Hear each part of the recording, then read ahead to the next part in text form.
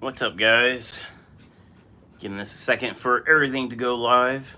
I got the light off to my office. Let me know if I need to turn the light on. I thought it would look better with the fish tank in the background, and I basically just have white screens up on my computer to help give me some light. But hopefully everything's working. I got my dog here already. But yeah, so welcome to another Friday Night Live stream. I missed last weekend. In case you didn't know, I was actually on vacation last Thursday to Sunday. I went to Tennessee with some friends from the horse ranch. We took horses down and rented a cabin at like a national park that's known for like horse trails. And we basically rode around. It was a little eventful on the way down. The trailer had a blowout, and luckily we were prepared for said issues. We had a full-size jack and just tools. We changed the tire out really quickly on the side of the freeway. Got to the cabin, and there was actually some other trailer issues going on, which is why the tire blew out. But we ended up putting a wheel bearing in the trailer at the cabin.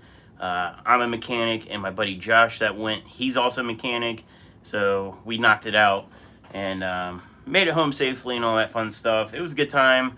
I didn't really take much video. I did use the drone like around the cabin for like 5 minutes, and I took a video riding a horse with my cell phone. Other than that, there's really not much to show. I took some pictures. I might do like a members only video of that stuff just so you guys can see what I've been up to.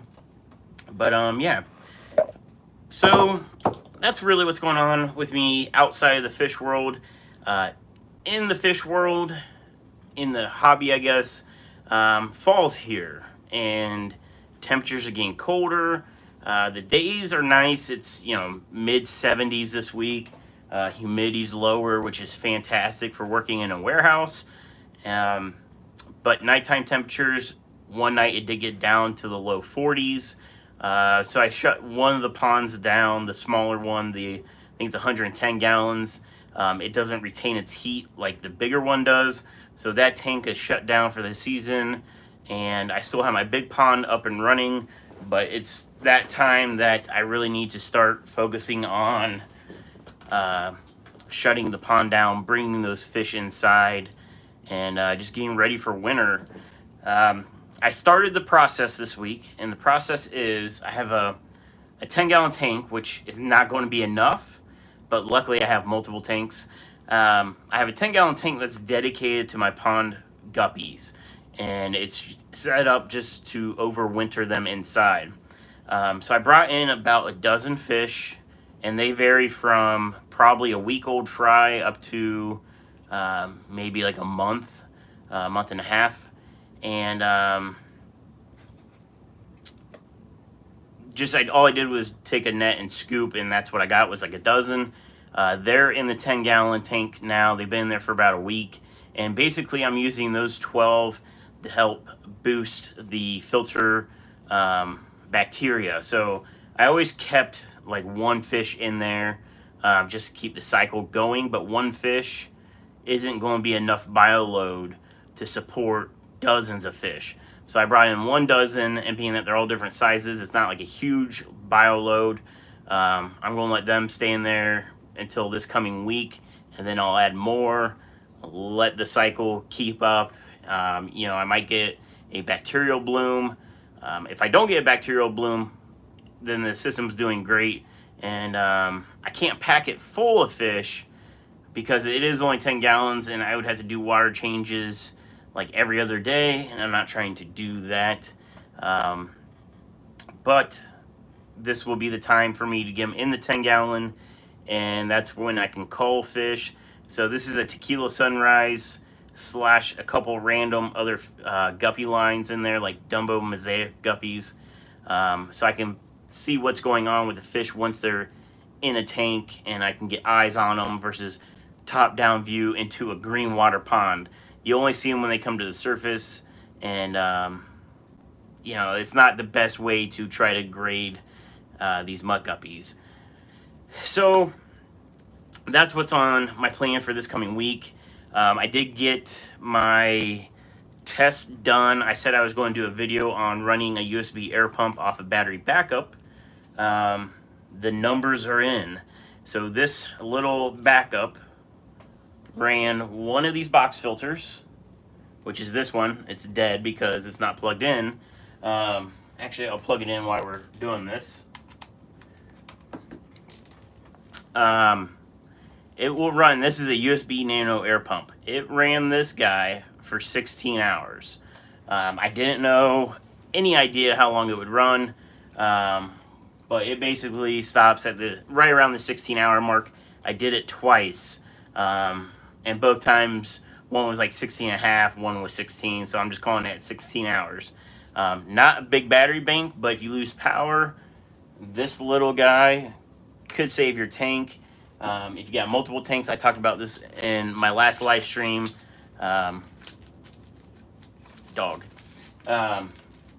If my fish room were to go down, I could take this and plug into each tank that has USB air pumps, let them run for a half an hour, and keep cycling through until my power came back on.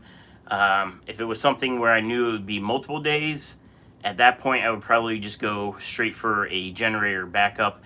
A small generator is actually fairly inexpensive, and being that the fish room runs on one central air pump, I can power that one air pump, take care of the 30 tanks that are in that room, and then only have to worry about the oddball tanks in the house. That video is done. I need to edit it and upload it. It's not very long, but it'll be good. I guess you can call it educational video to be able to put on the channel if somebody's looking to do battery backups. I didn't do, so maybe I'll hold off on uploading it. I didn't do the bigger battery bank that I have. Actually, I'm going to hold off on doing the video until I do that to compare sizes, because this is something small. You can pick these up relatively inexpensive. I think this was like 15 bucks. And this is a Matco Tools, which anything on a tool truck in the mechanic world is expensive.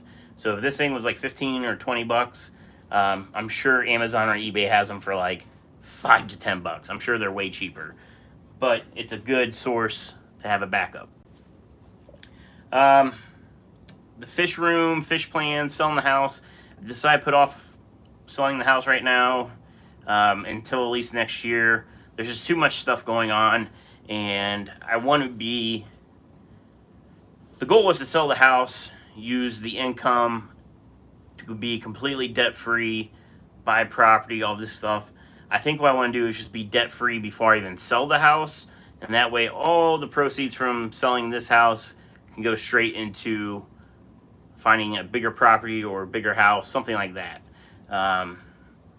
Plus, with trying to buy a house, having zero debt boosts your credit score. I have perfect credit history since I was like 18.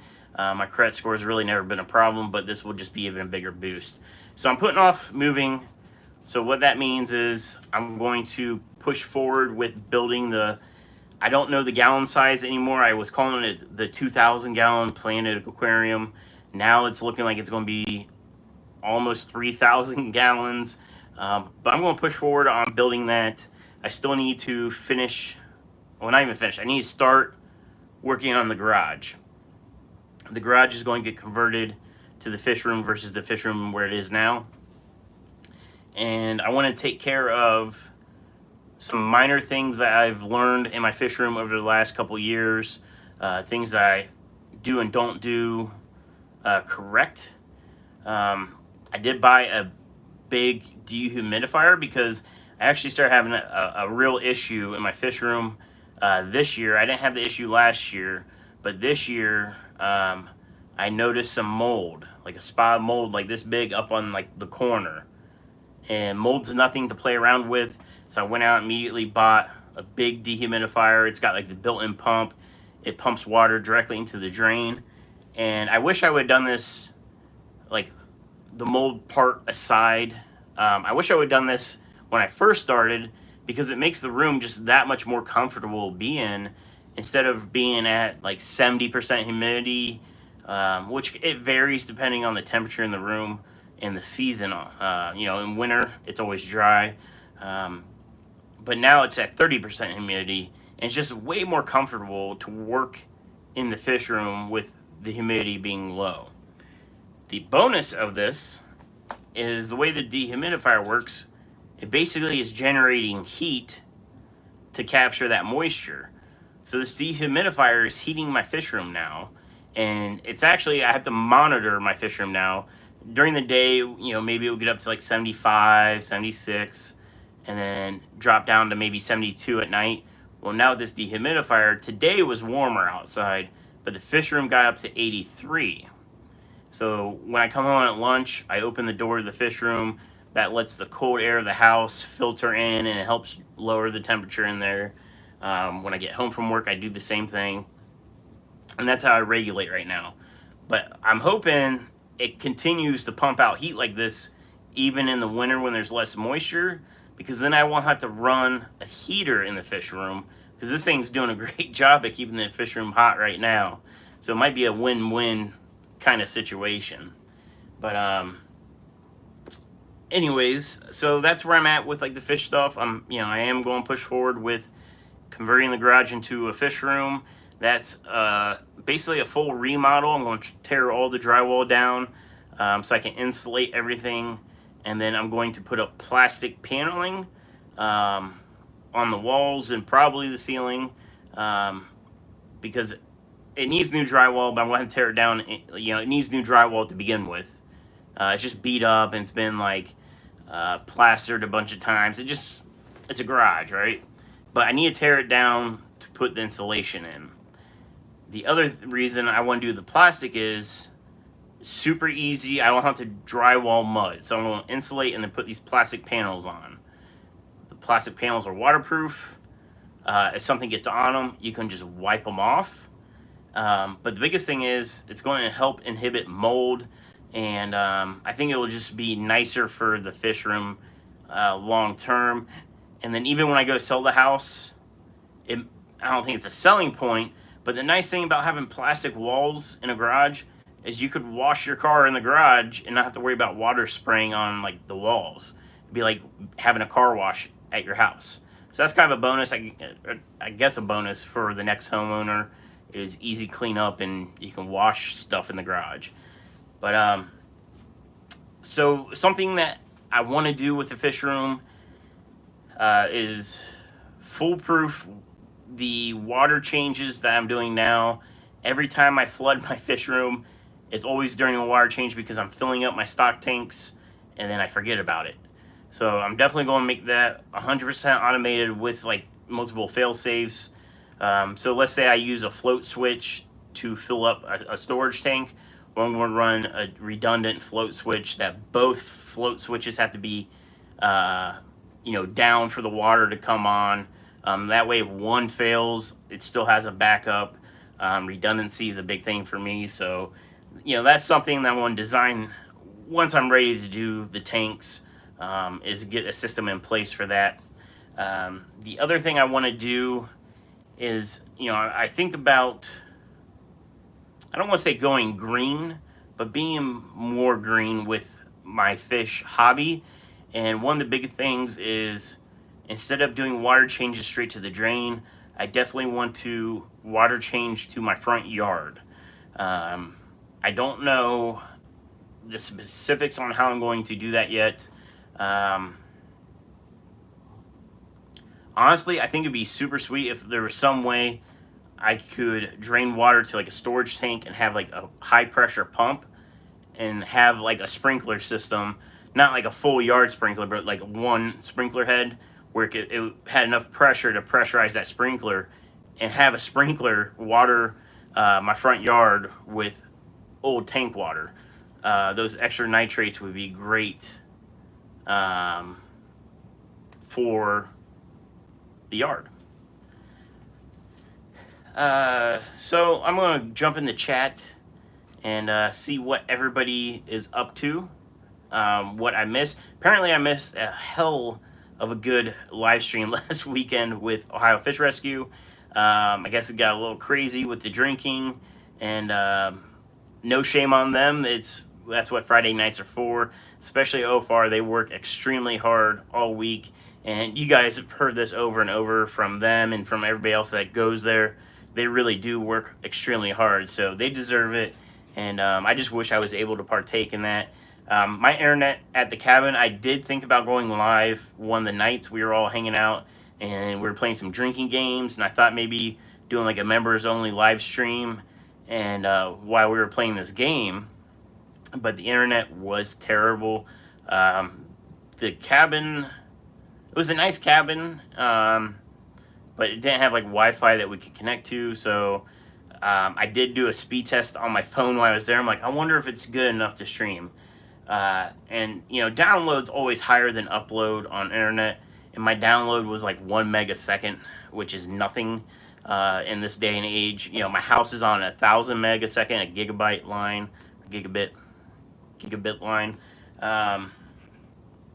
So I knew it would be impossible to stream. I wanted to, but it didn't happen. But I see Metalhead Prime was here first. Hello. Glad to see everybody here. There's right now, it says on my screen 37 people. It's going to be hard for me to just like name off every single person that's here, but I do see you guys. I appreciate you hanging out here on your Friday night with me. Metal D actually became a member of the channel. Thank you so much, Metal D. Metalhead became a member. I appreciate it. I need to get more member content out there for sure. And I feel like the past month or two has been nuts as far as like projects that are not here or not even fish related. I was spending a ton of time at my friend's ranch, and now I feel like fall and winter is like the prime time for this hobby. And this, everybody knows, or if you don't know, this is Havana. I think she just woke up from a nap and now she wants some attention. She probably wants to go, you know, I don't want to say it because then she'll start barking because she gets excited, but she's just trying to get some attention. But thanks for becoming a member. I will get more content out now that I'll be home more often. I got more stuff to do. There is, if you're in the Central Ohio area, there is a club swap meet on Sunday. My buddy Mike has got a table. He said he'd share it with me. I honestly, it slipped my mind. I didn't even know about it until Mike actually texted me the other day. Hi, girl. And reminded me about it. I totally forgot. I went to the spring meet, swap meet, and I bought 2 tables and I sold a bunch of stuff, and it was a good time. I'm not prepared for it this quickly, because one of the things I wanted to do after being there was I wanted to get like shopping bags. A lot of people were buying a bunch of stuff from everybody at the swap meet, but nobody had like shopping bags, so everybody was like carrying stuff. And I had multiple people ask me if I had any bags, and I never even thought of that. So I was going to buy just some off Amazon and take them. And being that I wasn't prepared for this, I never did that. But he said he would share, Mike said he'd share his table with me. If I go, I want to go. I got to see how everything kind of plays out this weekend. I have to work tomorrow. It's my like 1 weekend a month type deal. And so I got to get caught up on stuff. But if I go tomorrow, if you're in the Central Ohio area, it's free to go. It's local enthusiasts that are selling stuff they've been breeding all summer, plants, decor. I know that there's somebody that sells like a bunch of shipping bags, and God, like talk over her. But yeah, it doesn't cost anything. It's at a hotel in a big like a meeting room, I guess you call it, a banquet room. And it was a good time in the spring, so I'm looking forward to going. I just need a definite yes, I'm going. But if I go, I probably only plan on taking some of the bigger items, like heavier items that I sell.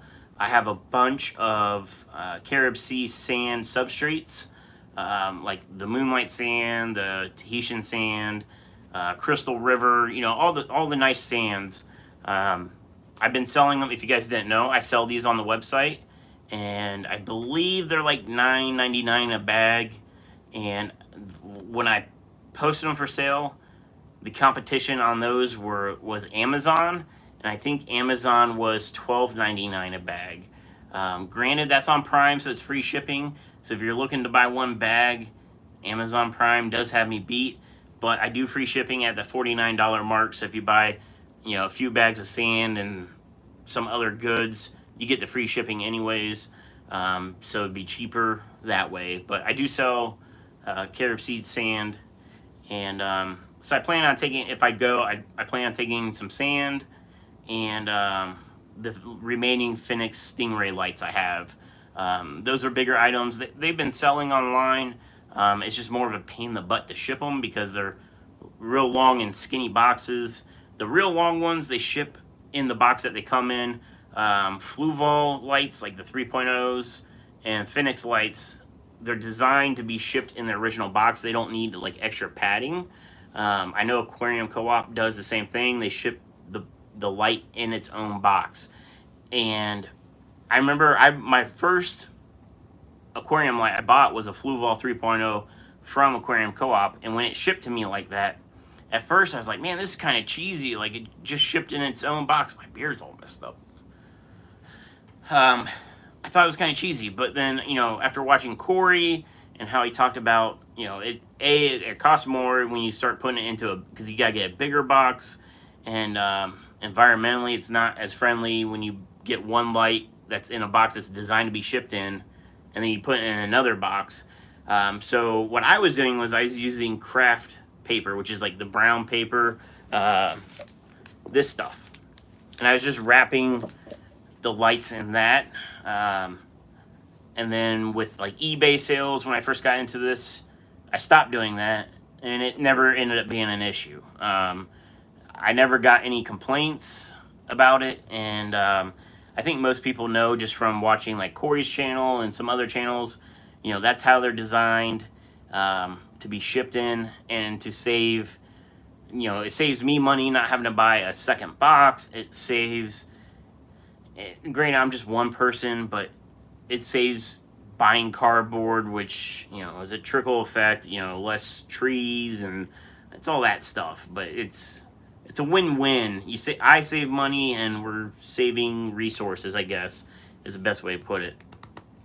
But I plan on doing like substrates and lights, maybe take some medications.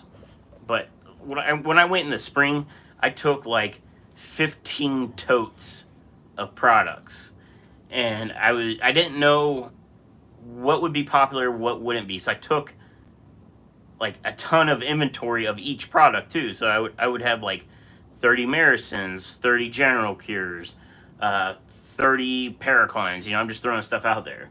Well, I might have sold like 4 of everything.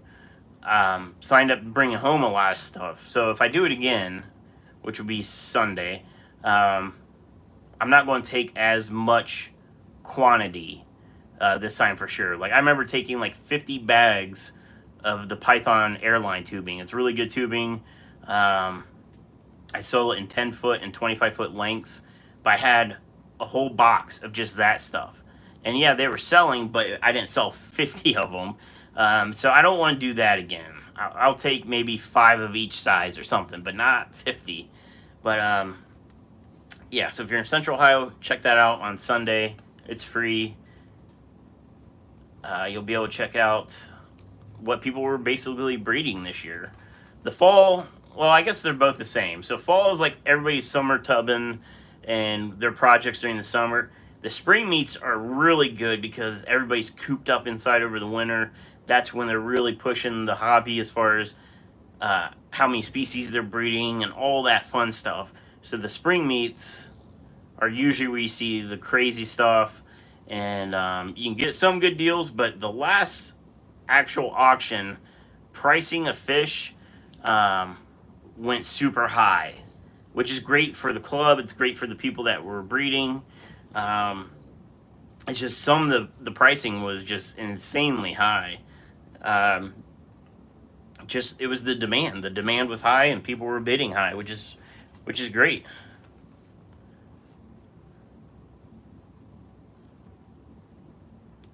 Richard Maloney says, "So dope, my dude. I cannot wait. Fish, dogs, electronics, motor vehicles, land and property. I'm going to keep the channel as aquatic as possible, but I will be throwing in the random videos. It's been hit or miss, to be honest. It's like a 50-50. People like the non-fish related videos. A lot of people say they like whatever I do, whether it's fish related or not. And then I got comments on videos where they're like, you know, the one that sticks in my head is, I thought this was an aquatics channel. That's all they said. And yes, it's an aquatics channel, but I decided to start putting more of, I guess, my life out there, just to take you along with what I'm doing in general. And you know, I've been doing a lot of horse related things this summer, and you know, with the ranch, helping them out, and I'm just sharing what I'm doing with everybody, I guess. But primarily, I will definitely keep it towards the aquatics end of the spectrum. And I think with doing the garage, that's going to be a lot of content between doing the build out. You know, that's aquatics related. It's a fish room, but it's going to be like the nitty gritty construction side of it, of doing the installation. Like, I want to show all that, so that way if somebody else out there wants to convert a basement or their garage into a fish room, they can see how I did it, you know, my way, whether that's the way they want to go, whether it's the right way or the wrong way. You know, it's just more ideas. And I think it's educational to somebody to see that stuff.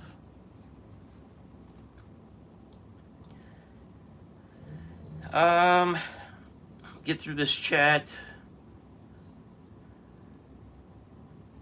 A lot of people here. Thank you everybody for you know, joining in. Adele Parkinson with the $3 super chat. Hope you had a great holiday. Good to see you, SE. Thank you, Adele. I appreciate that super chat so much. It's another motivator. You know, at $3, it just, I don't know, it lights a fire in me to keep pushing forward. You know, with the summer, with getting into the horse thing, which I'm not trying to buy a horse. You know, I met a lot of new people this summer through the ranch. Really awesome people, down to earth, just good-hearted people.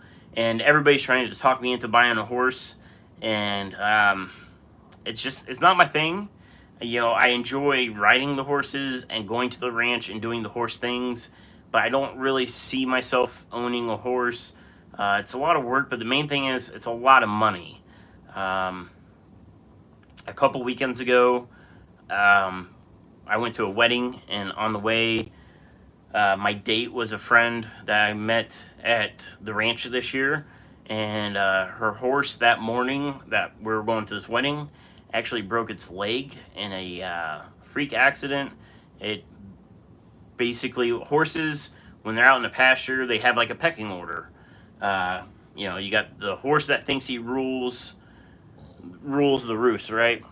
And horses, you'll see them with like hoof marks or little bite marks, and it's just how they live. Well, her horse actually got kicked in its leg, and it got kicked just right to where it got its rear leg broken. And if anybody knows horses, when a horse breaks a leg, it's pretty much a death sentence. So you can, I guess, rehabilitate a horse that has a broken leg, but basically it's a multi-year. And from what I gathered from talking to the people at the ranch, you're talking not thousands, like, oh, it's going to be $5,000.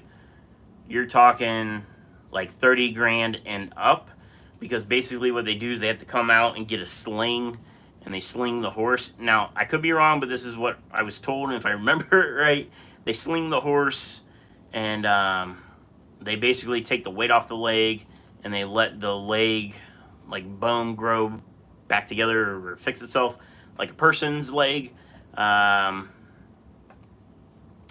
and they basically hold them in this sling for, I don't know if it's 6 months or a year, but you're paying a vet to have your horse for a year. Like, vets are not cheap. You guys know, like, even dog vets, that money can add up. When you're talking big animals like a horse, that stuff adds up. And then after that heals, then you have to do like a road to recovery. It might be a couple years of them, because the thing is, if they're sitting in a sling, they start losing their muscle mass, and you can't just put them back out in a pasture and they build it back up. You got to work with them. And when you start talking about horses, if you think, you know, it could be $50,000 or however much, like, it's a lot of money. So as bad as it seems, it's a broken leg is pretty much the end of that horse. So yeah, they put that horse down that Saturday before the wedding, and that's the first time I've witnessed that, and that was it was tough to watch. It wasn't like inhumane the way they did it, like the vet does it. I guess it's very similar to how dogs are euthanized, but it was still sad to watch. The girl I was going to take to the wedding, it was her horse. She was pretty upset about it, so, you know, obviously she wasn't going to the wedding, and I would never expect her to go to the wedding anyways. But that's, yeah. After seeing all that, like, I don't want to deal with all the vet bills of a horse. It's a lot. They're not cheap, and to give them like good care, like good boarding, you know, all that adds up. The vet bills add up, and that's just, it's just not something I want to do. I do want to buy another motorcycle. My mom's probably watching this, or she's watching the replay. I used to have a motorcycle for I don't even know how. I had it for a while, 7 years, 8 years, something like that. I bought it brand new when I was 18 or 19. I was living at my parents' house. Being 18, I was in college. Without them knowing it, I went out and bought it, and I hid it at my sister's house. My mom hated me having a motorcycle, and I was young and always getting into trouble with vehicles. But I sold it, and I'm kind of getting an itch to get another motorcycle, and that would be my horse. It would be an iron horse. But I used to have a sport bike. I wouldn't get a sport bike again. I really want like a cruiser style, something that I could take on long rides and really enjoy the ride. But we'll see. That's a next year thing at this point. I bought my motorcycle January 3rd. There was snow on the ground when I bought it. It was a sport bike, and I was so excited. I was riding it around in January. It was freezing. I was dumb, but I wouldn't do that again. I'm going to wait till spring if I do anything like that. But anyways, thank you, Adele, for the super chat. Adele says, I'm actually better behaved in here than OFR. I think everybody's better behaved elsewhere than OFR. OFR is just kind of like the get it out of your system Friday night, have a good time type deal. It's always fun, though. Patty's here, Mr. Fisher. Kathy, it's good to see you, too. Hope everybody's doing well. Metalhead said, is there a drinking word here, or do I have to revert back to default by using any word? Any word. Anytime I start a sentence, you gotta drink, Metalhead. That's how that works. But speaking of drink, I'm actually drinking water tonight. I had a cup of coffee a couple hours ago, so this could be interesting. But I gotta work tomorrow, so I'm not drinking, so I don't feel crappy or anything like that. I'm at that age where I can have a couple beers, but if I have more than a couple beers the next day, I'm not doing so hot. So I try to limit myself.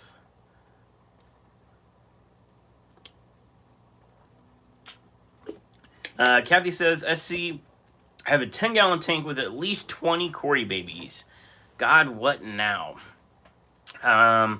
I'm going to pause on that question because my page is doing the little refreshy thing.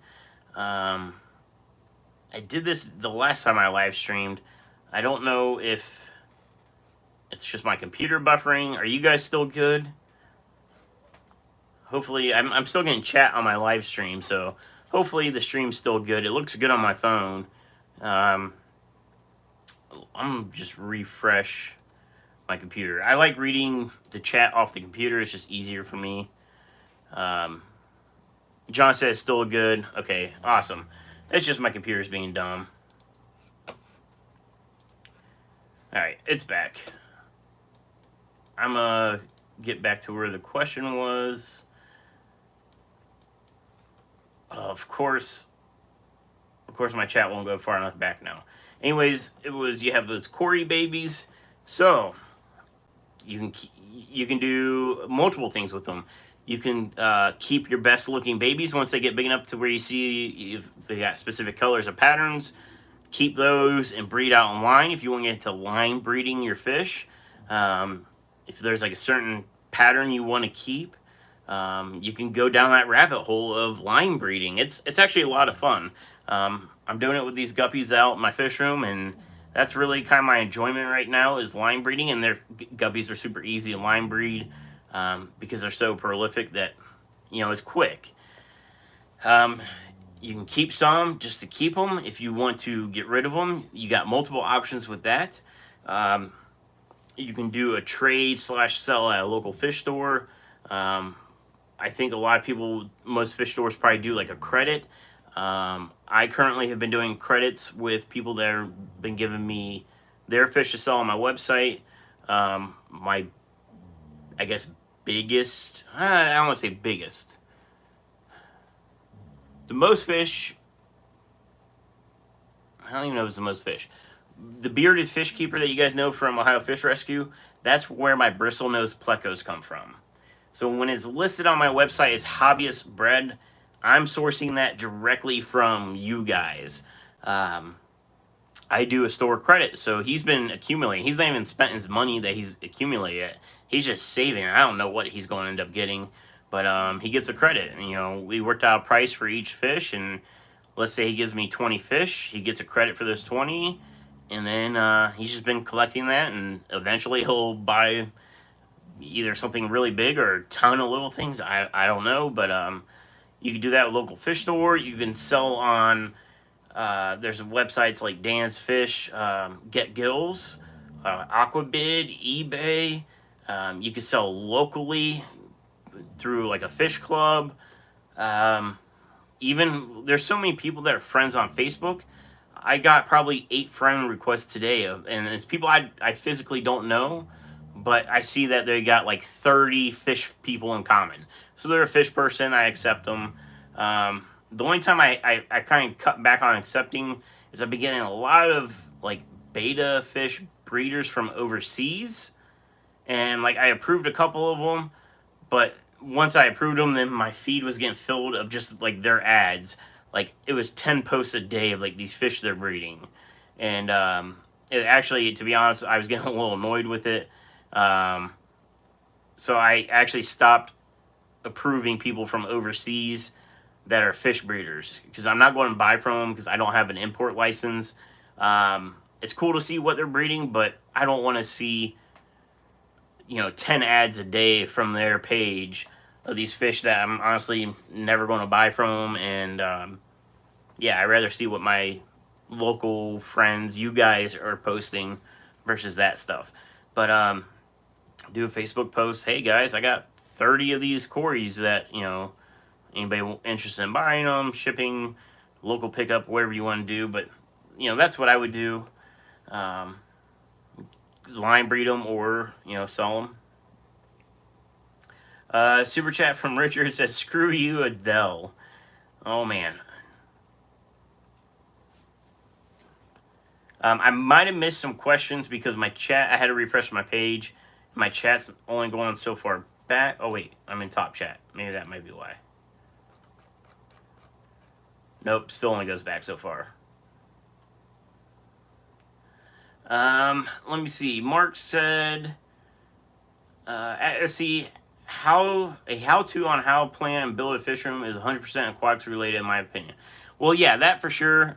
What I meant was like doing like the insulation. Like it'll probably be. I'm probably going to try to, because lately with my content, it's been like so sparse. I want to, instead of doing like one big build video, I think I'll keep it more of like a series. Like, hey guys, in this video, I'm doing the insulation and paneling, like the walls. Like this is the wall video. You know, next week we'll be doing the electrical. Next week we'll be doing the plumbing, stuff like that. And just do a playlist. So that way, if somebody wants to see the build from start to finish, they can click the playlist and watch them all. And I think it would be better than having like a 2 hour long video that people will lose interest in after like 5 minutes. If I can break it down to like 15-minute videos, I think that would be better. And then having a playlist, it'll help. It would help everything. John said, since you work on cars, you can work on horses. You can do the shoes on the horses. So farriers, which do the horse feet, that's a whole skill set in itself. You know, I've seen the farriers do their work, and it's not like you're just shaving their feet and then putting shoes on. There's actually, I don't want to say like a science to it, but this beard is like curling on me. I keep catching it. It's driving me nuts. So anyways, there's a science because the way they shave their hoofs dictates how their feet sit on the ground, which I don't know the technical terms, and this is from like quite a few years ago when I was at another ranch when the farrier was there. But one horse's leg was like, if you know, they were supposed to be like this. One was back a little bit, but the way they trimmed the hoof made it go back even. You know, these people were probably brought up, you know, they grew up with maybe their dad was a farrier or whatever. Out there, I'm sure there's probably a class on it, but yeah, that's not me. That's not my thing. I feel like I'm more the ranch hand that fixes stuff when it breaks, like a tractor or something like that. That's probably how I would fit into the farm life. Kathy said, I tried to send you a shout out. Love your work no matter what you decide. Cheers. Kathy, I do remember you posting, in, I don't know if it was a live stream or a video about that, and I appreciate it. You know, I'm gonna just do what I do and post, I guess, what I post. I was just a little setback because with YouTube they have the analytics page, and when I released, I think it was the ranch video of just when I bought the drone, I was all excited and I wanted to take some video. I actually lost like 10 subscribers that night when I released that video. So I was like, oh, because I was thinking it'd be like kind of like a boost, like, all right, so people are going to like animal content, and then maybe I'll bring in some horse people that are into fish too. So I thought maybe it'd be a good way to boost, you know, people to the channel. And then like when I saw that analytics, like, oh, you lost 10 subs off of this, I was like, oh no, like this is not good. But then, you know, I basically ignored YouTube for the last couple weeks, and I finally got on tonight and I checked it, and I'm steadily still growing subscribers. So I'm like, you know what, I'm gonna just do what I do. And you know, if you're a diehard fish person, I release a farm video and you're not into that stuff, you don't have to watch it. Don't unsubscribe. I'm still going to do fish videos. Just you don't have to watch it, I guess. Or you can watch it and or hit play and not watch it and still help my, you know, channel grow. That'd be awesome too. Kathy Murphy sent a super chat for $7. I appreciate it, Kathy. That's very awesome.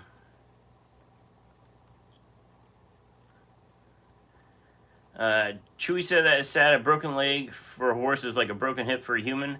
It's not good either way for human or horse, but for a horse, it's like it's the end basically. I'm trying to watch what I say, so like YouTube doesn't hit the video for something like offensive, but it's no good. Dragon Lair says, set up a quarantine tank today with Cyclemia for my new female. Oh gosh, I'm terrible at pronouncing names. Alano Kara. I'm terrible. Sorry. Coming next week, my new rainbows are going in the already set up one. That's awesome. New fish are always fun, and it sounds like you're doing it right with having cycled media already. Just, if it's coming off a tank like this, no biggie. The 10-gallon tank, my overwinter tank that had one fish, technically you can call that cycled media, but it's definitely not cycled for a ton of fish. That's why I only put a dozen in. So just make sure it's a real healthy tank. Like, this tank has 3 rainbows, but it's got I don't know, 15 to 20 plecos in it. So it might not look like a crazy heavy stock tank, but there's actually quite a bit of bioload in there. I did just put root tabs this week in on the Amazons. I bought, I don't remember that. I bought some co-op root tabs, like, it had to be before I started my business because I can buy wholesale root tabs. So at least a year ago, year and a half, 2 years ago, just found them this week. I was like, oh, I didn't even know I had these. And root tabs are great for sward plants. So I was like, you know what, I'm going to try it. So I put some in. It kind of sucks because, I know they're in there. I know they're going to be releasing the fertilizer. I can't see it, though, so it's like, oh, I hope it works. I need to do some water testing on that. So this thing doesn't get water changes, it gets water top-offs, but it evaporates heavily. So this tank's heated, this room's air-conditioned, and it's open top. So it evaporates, I say in 7 days it probably evaporates at least 5 gallons.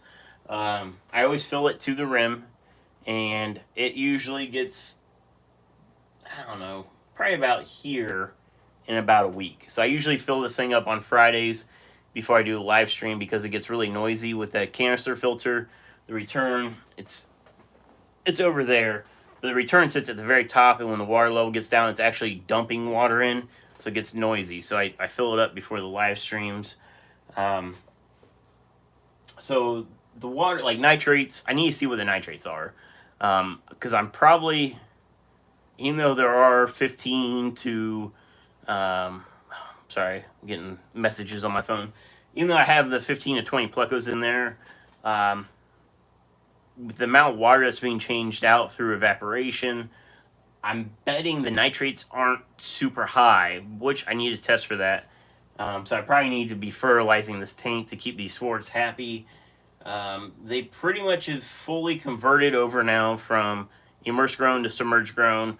They looks like they all have the narrow leaves now, and there's still a few leaves that I don't know if they're converting or if they're nutrient deficient right now. So that's why I need to test my nitrates. If my nitrates are low, I need to dose heavier. I do dose this like every couple weeks with fertilizer. I have it sitting right here. This is my house brand. But I need to get on top of this. I'm also thinking about I got some really nice looking crypts out in the fish room. So I'm thinking about putting some crypts in here and getting it a little bit heavier planted. And then I'm thinking about making this like a community tank for my background for like while I'm doing the stream. I don't know what I'm going to put in there yet. I was originally thinking about putting the Vienna guppies from Aquarium Co-op in here, but I'm trying to breed those, and I don't want to have baby fry from those Vienna guppies purposely or accidentally eaten by the rainbows. So I think I might put in, I have a bunch of Harlequin Rasboras. I think I might put in some Harlequins in here and see how it goes. Yeah, I was also going to put in some Cories, but being that the Plecos, the Super Reds will go up on the sides, but the Brilliant Nose, they all stay like on the bottom, so I don't want any more bottom feeders. The Plecos take a pretty good job at keeping the bottom clean.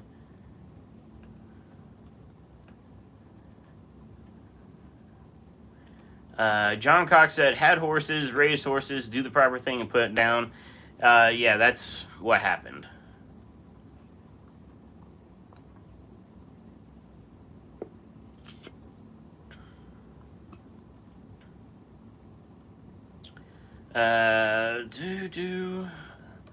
I think I missed something. I don't know. I might have missed something. Patty said, at Joshua, I've been contributing through PayPal and GoFundMe. I have do it here and there. Plus, I'm trying to buy a house with my friend. But do you know how much it is to sponsor a tank? So I'm guessing you're talking about Ohio Fish Rescue. I sponsor their cichlid tanks, which was the 550 out in like the pool room. Now it's the Bellagio tanks. And through my experience, maybe it's different with other people, but what it is they basically take the cost of the tank for food and running it, and they find out like, all right, if we feed this tank $50 worth of food a month and it costs us $10 in electricity, you know, it's $60 to sponsor this one tank. Or, you know, basically the cost of food for that tank. So every tank's going to vary. You know, the 4400 has a lot of big fish. It's getting fed heavier. It's going to be more expensive. So what I did, excuse me, so they knew how much food the cichlids ate. I wanted the cichlid tank because I knew they were going to do a Bellagio tank. When I first started sponsoring the cichlid tank, which was this spring, I knew one of the Bellagio tanks was going to be a cichlid tank before, you know, it got announced through the OFR channel. I knew I wanted my name on that Bellagio, so I was like, I'll sponsor the cichlids. And so what I did is I actually physically provide them the food. Through my wholesaler, I got the big bags of cichlid food. I gave them like Northfin and Hikari. And that's how I sponsored the cichlid tank. I was physically giving them the food for the tank versus, you know, money, which is how everybody else is going to do it, because if you're not local, it's just easier to pay for the sponsorship, right? But that's how I was doing it, because it was, you know, I was visiting and I took the food up there. Havana's back. Hi, girl. Hi. So if you're talking about that it's going to depend on the tank. I think they really need to do like a page of each tank and like have the cost breakdown, so that way people can see, like, you know, I want to get my name on there. I can afford, you know, let's say $100 a month. What tanks could I possibly sponsor? I think they're probably working on that anyways. Cichlids23 says, motorcycles for the win. Gixxer 1000. I used to have a Honda CBR. Honestly, the motorcycle I want to get is the Indian Scout Bobber. I saw one like a couple years ago, and I really fell in love with the look of that bike. I think it looks awesome, like showroom stock. The pipes obviously need changed out because it's definitely not loud enough, but not looking to go fast. It's almost 1200 cc's. It's like 11 something, but fast enough, and I think it'd be a good cruising bike. I'm not into like baggers, these like custom, like huge, like 24s or 30-inch rims, whatever these people are doing. I absolutely hate that look. That's just not my style. But yeah.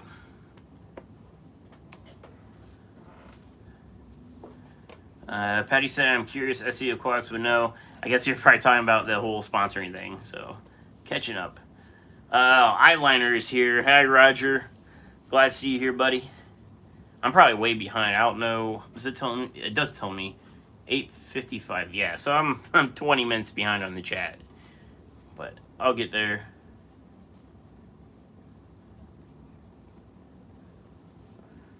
My eyes glisten, Roger. What was the hashtag for Roger at OFR? It was shut up, Roger, something like that. We can have that hashtag here too. Go on, go on. Had to get her off my lap.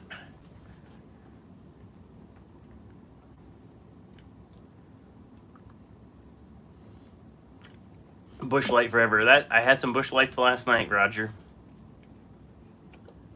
Metalhead, is the puppy snoring? So, if you're talking about Havana, so she's a red-nosed pit. She kind of snores when she's awake. She just with her nasal passage, whatever, she snores awake. Charlotte, which is what I would call the puppy, I think she's probably sleeping in my bedroom right now because I don't see her. She's never far away from Havana, so I'm guessing since Havana's in here, she's probably in my bed. She's probably sleeping.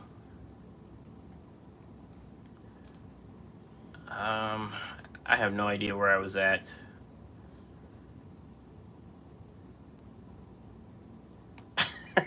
So I'm scrolling and I pause, and the first thing I see is Roger saying, Steven, how do you beat the chicks off with a stick?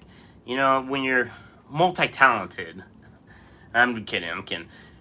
Yeah, we'll let that one go. I was gonna say, I don't do what you do in that video that Big Rich posted. Oh, Roger. So wasted, yeah.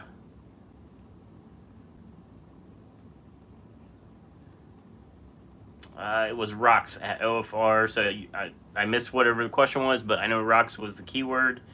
So, yeah.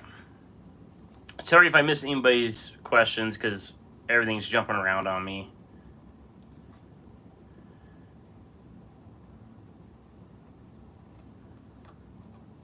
Where am I?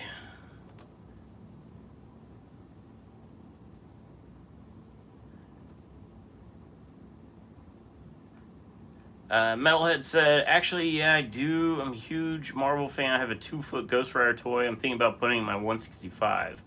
So I missed where it was talking about that. But that'd be cool. So that's, I just remembered. So I got that Star Wars tank. The Star Wars themed tank for my aunt. Haven't touched it in a month now. Because I've just been busy with everything. So I need to get back on that. So my plan for that was I was going to go out and find limbs on a tree to make uprights.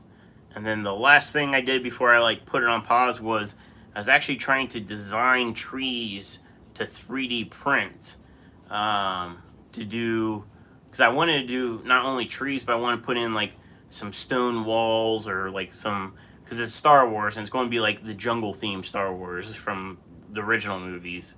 So I was thinking doing some defensive position looking things, printing it, and that way I can drop it in as one thing and then go from there. So I don't know yet on what direction I'm going. But you saying putting that toy in there just remind me, because I do have the Star Wars figures that I need to put in, the Legos. So I need to get back on that project. That's what I was saying about fall being fish season. There's so much stuff, and especially when weather's getting cold. Definitely when it snows, when there's nothing to do outside. That's when all the stuff happens.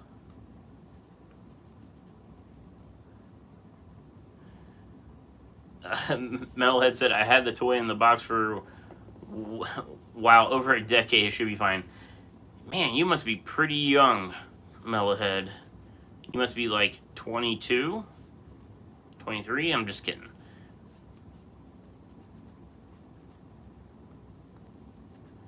Custom aquarium ornament.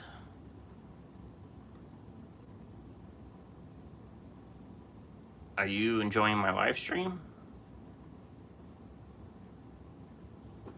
She's just staring at me. She wants something. That's what's going on here. It's not just attention. She wants something.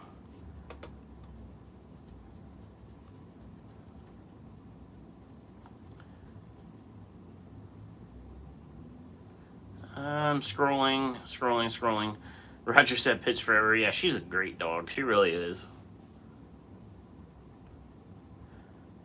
Did I mention? I think I talked. It had to be last live stream. I was in a camper with the two dogs for a full weekend. That was fun. Let me tell you, wasn't it? She probably doesn't know I'm talking to you guys. She's like, I don't know what you're saying, but you're talking.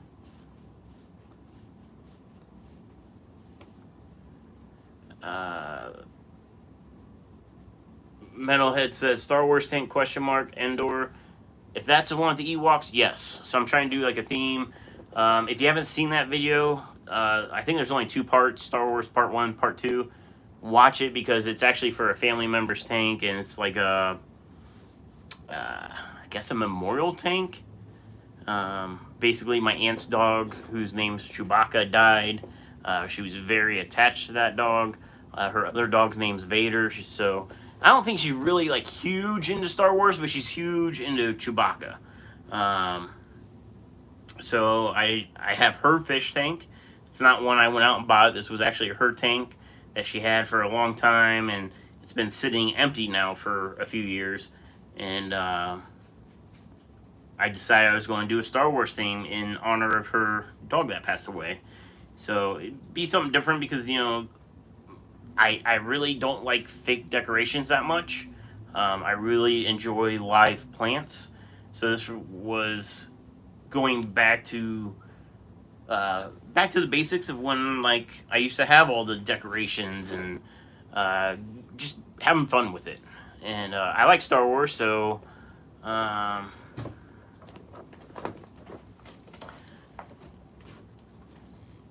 I think it'd be fun. Mr. Fisher says she's saying I gotta go potty now. So that's what she wants, but it's not because she's gotta go potty. So she's actually like, she's set on like a schedule. She goes out like twice a day. I feed them when I wake up. They go out, they do their business. They come in, I go to work. I get home from work, I feed them. They go out, do their business. They come in. And then anything after like dinner time, they just go out basically to be outside. Well, it's dark now, and I keep getting raccoons in my backyard. So she knows that this time of night the raccoons are starting to come out. She got a hold of one. I've talked about it before. It was horrible. She got a hold of a raccoon. It was a big old raccoon, but she didn't get it by its like neck. She got it by its stomach. So she's got a hold of it, and this raccoon's got a hold of her, and it was just a bad situation.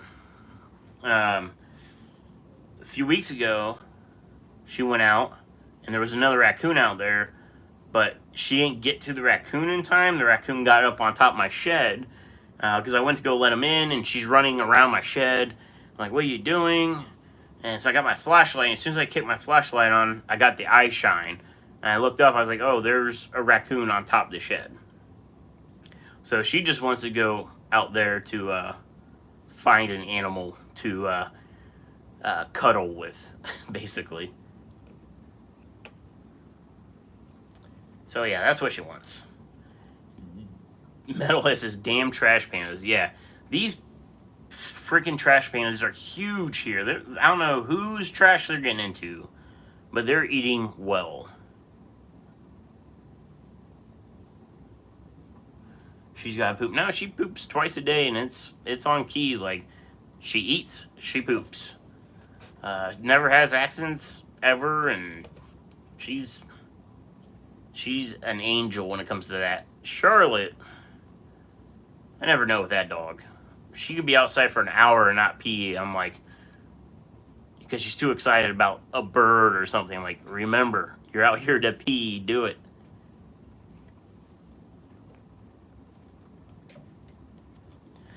Alright, so I think I caught up on the chat. Like I said, my chat jumped, and with the refresh, I probably missed something. I hope I didn't miss any super chats. I do apologize. I think I got them all. I would feel horrible if I missed them. I don't think I missed any. I can only see one now instead of, I think there was 3. Anyways, yeah. Shellyfish says, Circle Aquarium Club Fall Auction on Sunday, September 20. So, is everybody having theirs on Sunday? Okay, so Circle City's having theirs Sunday. Columbus, which is called Cafe. It's the central,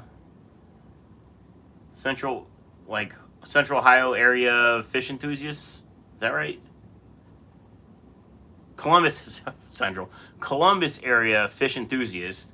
Um, Cafe is having their. It's not an auction. It's just the swap meet this Sunday. It's if it's at the same hotel. It's in Hilliard, which is a west sub. Was it Hilliard or Dublin? I think it's Hilliard. Hilliard, west suburb of Columbus. It's 270. It's Columbus. If you're in the Central Ohio area, it's a swap meet, so it's people that bought tables. I think they're like $10 or $20 for a table.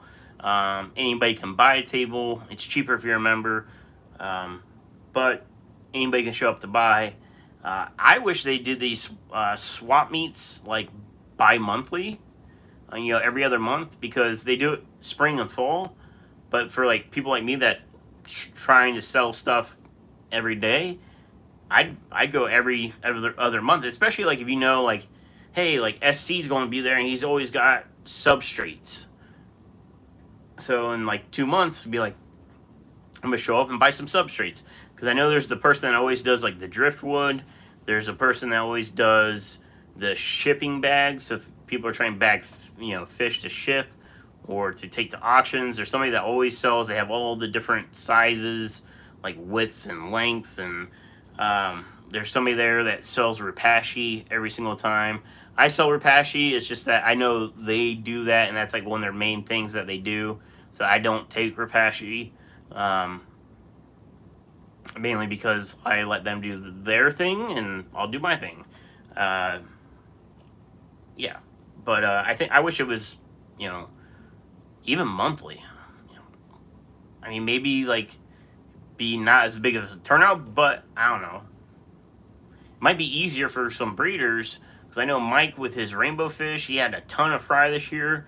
It might be easier to like, hey, like I want rainbows. I know there's that guy that has rainbows there every month. I think it'd be cool if it was something that could happen monthly, like the last Saturday of each month or something like that, or last Sunday, I guess.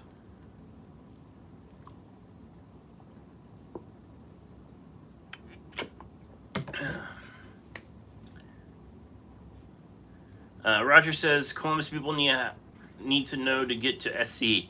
Yeah, I think I had planned on sponsoring the club to be able to get the name out to more club people.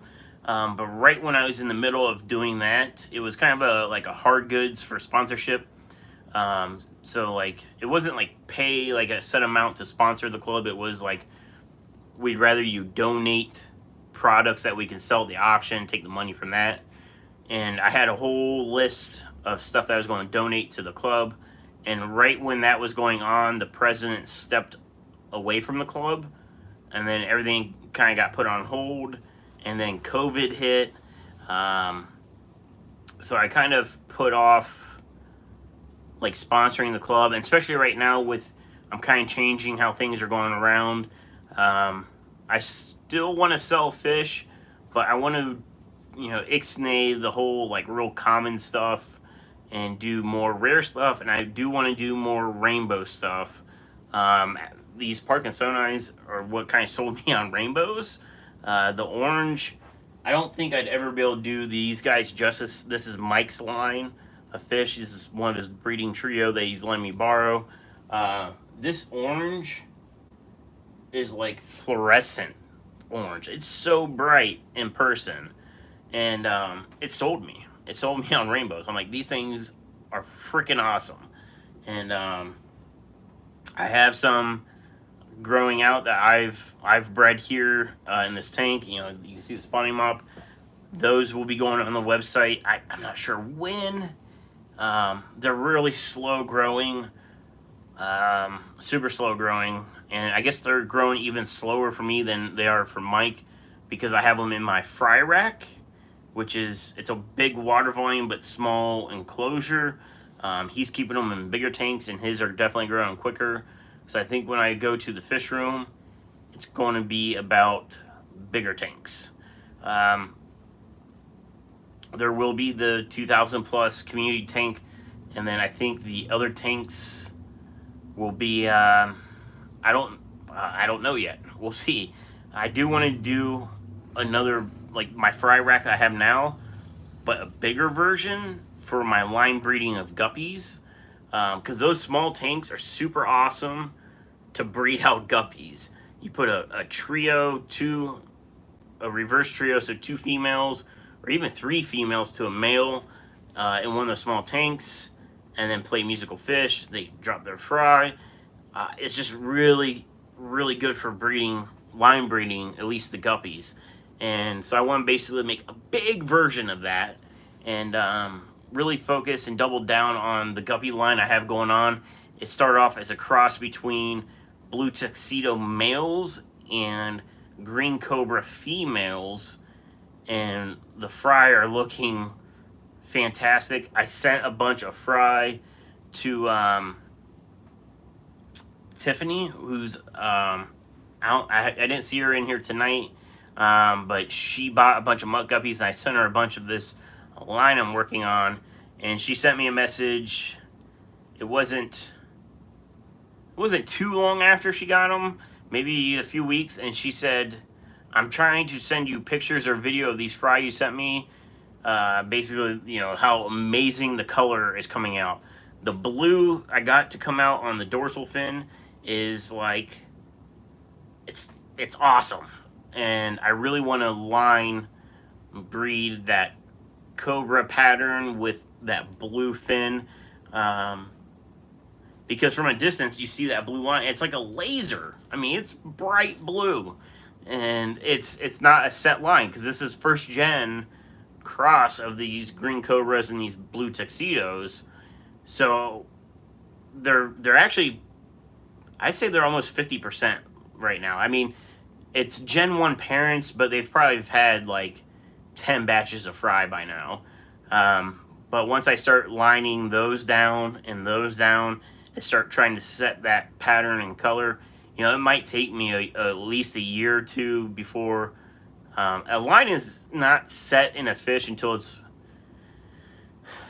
I don't know, 94% like set, I would say. I would say out of like 100 fry, 94 of them need to be that specific strain that you're doing before it's set. I mean, obviously 100% would be perfect, but I would say 94% would be like a set strain in my, I guess, my standard. So I'm definitely nowhere near that yet.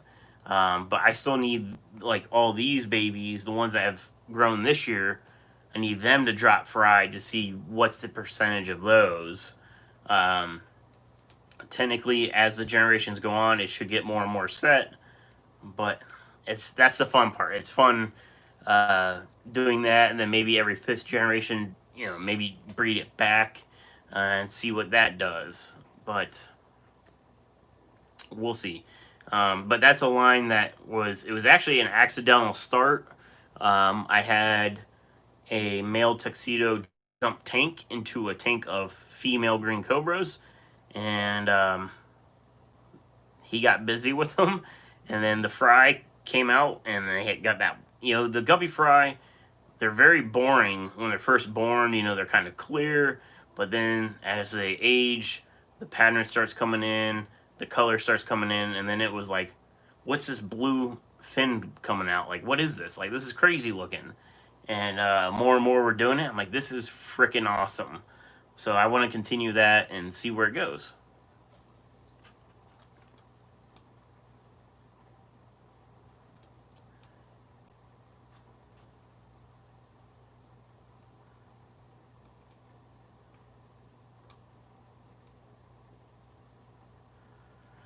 Oh my gosh. You guys are talking about hoses and kink freeze now. Just skip over that stuff. Use them with gold, white cloud, Achilles, and many more types of fish that are plant spawners. My chat's all over the place, so I'm not sure if you're talking about mops or if you're talking about what.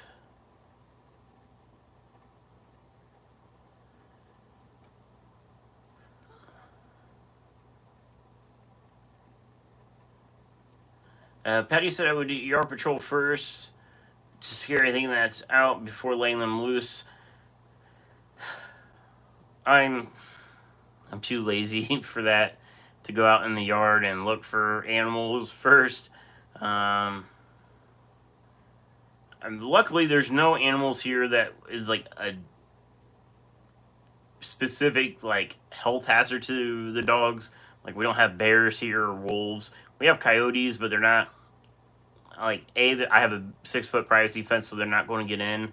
But they're not very abundant here in the city or in the suburb. They have been spotted like down the street from me, but the most I have to worry about is raccoons, possums, or skunks. Havana's already gotten a hold of a skunk. Um, she didn't get damaged other than she did get sprayed. The raccoon was the sketchy one, um, but I am prepared for the next time that she tangles with raccoon. Eventually, they'll learn their lesson not to come into the yard. But yeah. I just saw a notification on my phone that LRB went live, so I'm gonna call it at that moment, at this time, in space, and whatever else. Um, I guess nothing really else to say other than thank you guys so much for hanging out with me on this Friday night. I need, and I know it, I need to get some content out there, and I will work this week on that. I'll probably work on it tomorrow after I get off work and try to get something out there for you guys. Metalhead, thank you so much for becoming a member. I appreciate it. Thank you everybody that did the super chats tonight. I really appreciate those as well. Everybody have a great weekend, and stay safe, all that fun stuff. Stay fishy. I still need to get my end tag or whatever, but I'll see you guys. Yeah, but thanks for watching, guys. I'll see you next Friday. Change screen. Oh, sick of this time. Somebody else. Anyways, guys, I'll see you. Yeah. Peace.